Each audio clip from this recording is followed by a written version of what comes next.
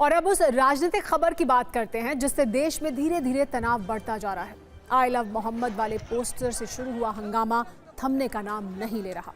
आज इस पर दो तरह की खबरें हैं।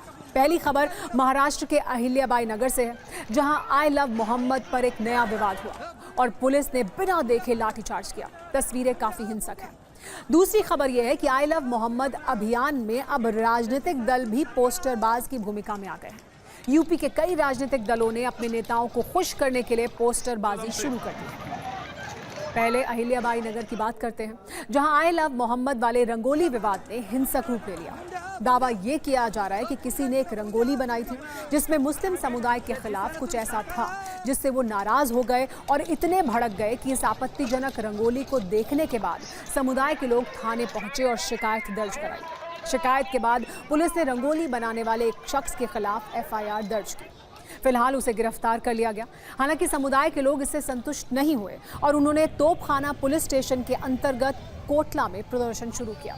कुछ देर तो पुलिस ने प्रदर्शनकारियों को समझाने की कोशिश की, लेकिन भीड़ ने पुलिस पर पत्थरबाजी शुरू कर दी। इसके जवाब में पुलिस ने भी लाठीचार्ज कर दिया और लोगों को दौड़ा दौड़ा कर पीटा।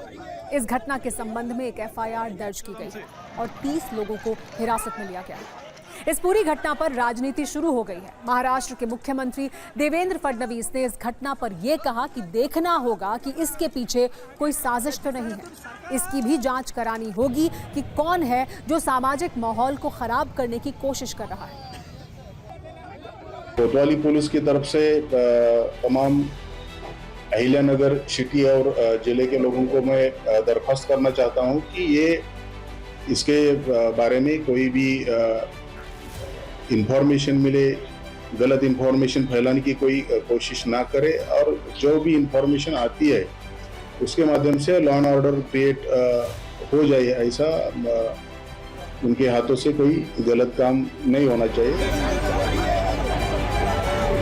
जिस प्रकार से ये सारे अलग अलग प्रकार के बोर्ड्स लग रहे हैं या बाकी चीज़ें चल रही है, एक प्रकार से ये भी देखना पड़ेगा कि क्या इसके पीछे कोई साजिश है, क्या कोई यहाँ पर जो हमारा सामाजिक ताना बाना है उसको एक प्रकार से उधेड़ने का प्रयास कोई कर रहा है क्या, इसको भी ध्यान में लेना पड़ेगा। सभी को अपने अपने धर्म का अवलंब करने का पूरा अधिकार है, लेकिन इस प्रकार से लोगों के बीच तनाव पैदा हो, इस प्रकार से अगर कोई कर रहा है तो योग्य नहीं।